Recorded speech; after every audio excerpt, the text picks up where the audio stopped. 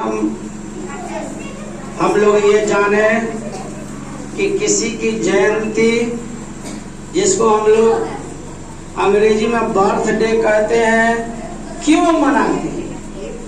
हम बच्चों का भी जन्मदिन मनाते हैं और महापुरुषों का भी जन्मदिन मनाते हैं। जैसे अभी हम लोग जिसका जन्मदिन मना रहे हैं, ये है डॉक्टर सर्वपल्ली राधाकृष्णन जी। ये अपने देश के द्वितीय राष्ट्रपति बने थे। पहले ये उपराष्ट्रपति थे, उसके बाद ये राष्ट्रपति बने थे और ये प्रोफेसर थे, यानी इनका पैसा शिक्षण का था। इसलिए इसके जन्म दिवस को शिक्षक दिवस के रूप में मनाया जाता है। सभी शिक्षकों का इसमें सम्मान होता है। किसी भी समाज में जयंती मनाने का एकमात्र लक्ष्य होता है कि हम जिन महापुरुषों का जन्मदिन मनाते हैं, उनमें जो गुण हैं थे, वे गुण हमारे बच्चों में भी हो।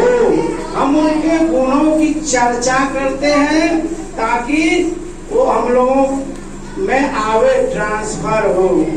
बच्चों का जन्मदिन इसलिए मनाते हैं कि वे बड़े होकर महान बने, इसलिए उनका जन्मदिन मनाते हैं। आज हम लोग जिन महापुरुष का जन्मदिन मना रहे हैं, हम लोग ही नहीं, पूरे भारत देश में इनका जन्मदिन धूमधाम से मनाया जा रहा है। शिक्षक किसी भी देश के, किसी भी राष्ट्र के, किसी भी समाज के रीढ़ होते हैं।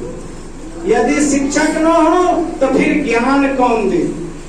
ज्ञान देने वाले को शिक्षक कहा जाता है।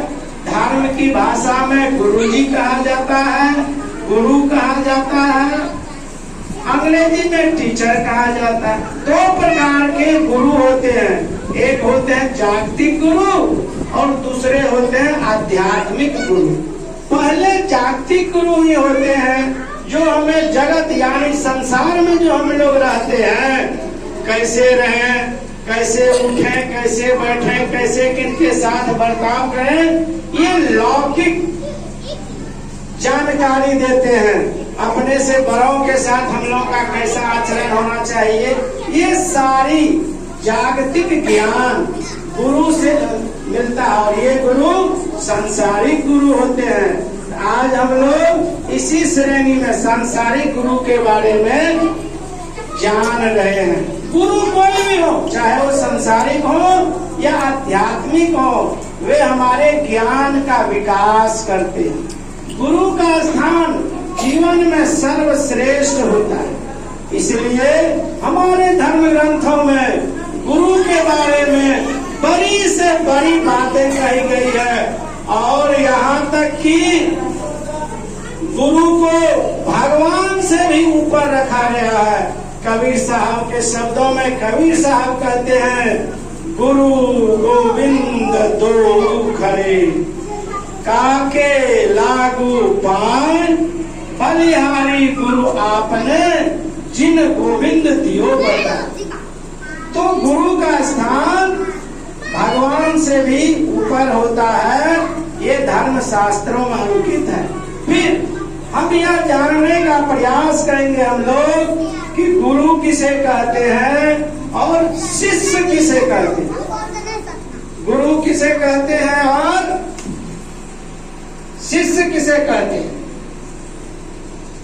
कबीर साहब इसका उत्तर देते हुए कहते हैं, गुरु नाम है ज्ञान का, यानी गुरु की पहली प्राथमिकता होती है उनके पास ज्ञान होना चाहिए, संस्कारित ज्ञान होना चाहिए। गुरु नाम है ज्ञान का। शिष्य सीख जे ले, जो गुरु द्वारा बताए गए ज्ञान को जो सीख लेते हैं वही शिष्य हैं, वही चेला है, वही योग्य शिष्य होते हैं। यदि हम गुरु के आज्ञा का उल्लंघन करते हैं, यदि हम गुरु के आज्ञा का उल्लंघन करते हैं तो फिर हम शिष्य नहीं। कबीर साहब ही उसके नीचे में कहते, ज्ञान मर्याद जाने बिना गुरु और शिष्य न को। गुरु शिष्य का रिश्ता बहुत पवित्र रिश्ता होता है। इससे बढ़ के रिश्ता पिता पुत्र का भी नहीं होता। संत साहित्य में आया गुरु का कितना अधिक महत्व है। संत चरण दास जी महाराज कहते हैं,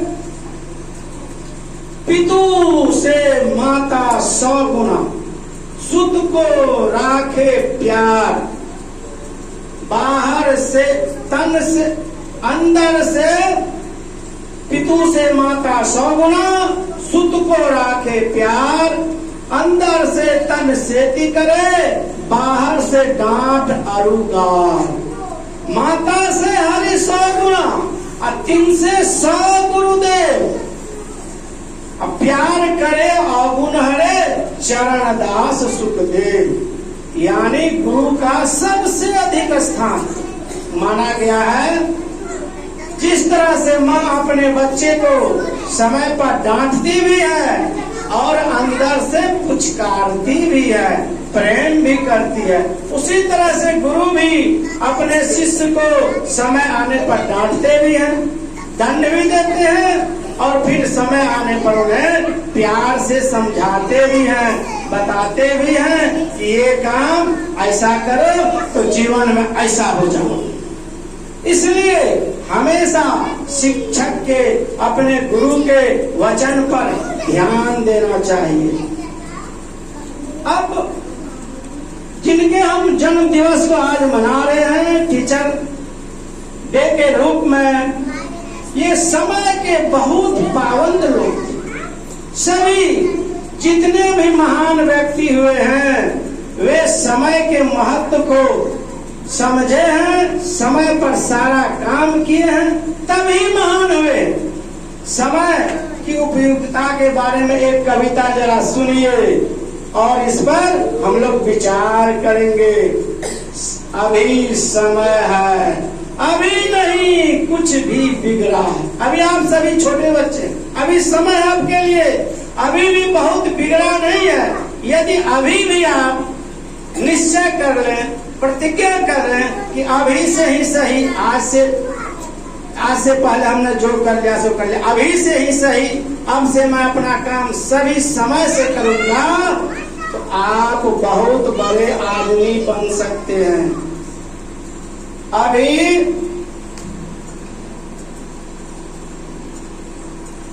अभी समय है, अभी नहीं कुछ भी बिगड़ा है। देखो अभी सुयोग तुम्हारे पास खड़ा है, आपके पास भी अभी सुयोग है, सुअवसर है, आपके साथ आपके गुरुजी खड़े हैं। आपको आगे बढ़ाने के लिए आवश्यकता है आप उनसे, उनके कहे अनुसार चलिए तो आप महान हो जाइएगा। करना है जो काम उसी में चित्त लगा दो। आप जो काम करने के लिए आए हो उसमें अपना चित्त लगाओ। आप कौन काम करने आए हो? विद्यालय में अध्ययन अध्यापन करने आए हो तो उसमें अपना चित्त लगा दो, अपने पर विश्वास रखो, संदेह भगा दो। इसका बहुत अभाव हो गया अभी हम लोगों को अपने पर विश्वास नहीं। हमेशा हम दूसरे पर विश्वास करते हैं, अपने पर विश्वास ही नहीं है। हम क्वेश्चन आंसर लिख रहे हैं, लगता है कि हम गलती लिख रहे हैं, बगल वाले का झांक के देख रहे हैं। इसलिए अपने आप पर विश्वास यदि रखो तो आपका भविष्य उज्जवल होगा। आएगा क्या समय? समय तो टला जा रहा है। हम लोग रोज योजना बनाते हैं, कल से ये काम करेंगे, परसों से ये काम करेंगे, तरसों से ये काम करेंगे। समय तो टला जा रहा है, बीत रहा है। कुछ ऐसे लोग होते हैं जो जीवन भर योजना ही बनाते रहते हैं, कभी कार्य रूप में ला नहीं पाते। ऐसे लोग जीवन में सफल नहीं होते हैं। इसलिए समय आया हुआ है, आप तुरंत अपनी योजना को कार्य रूप में देने के लिए लग जाइए।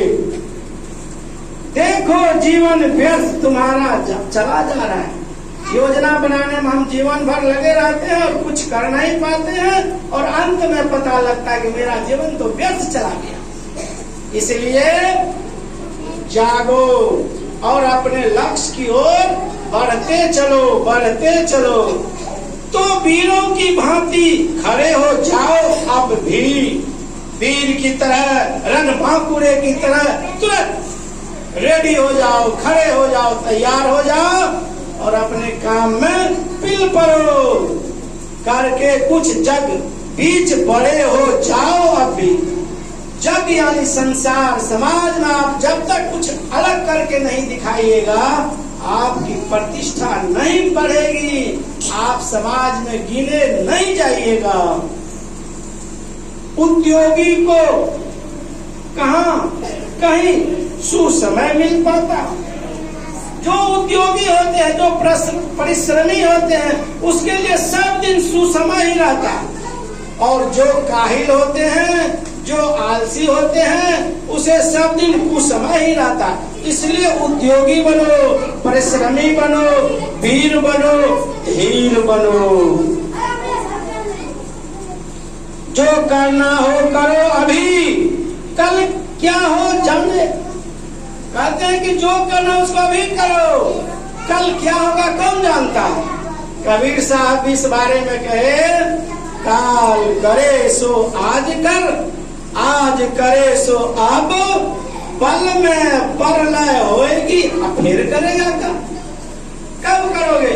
इसलिए तुरंत आरंभ करो, होकर ऐसा सुसमय भला और कब तुम पाओगे, खोकर पीछे इसे सदा ही पछताओगे।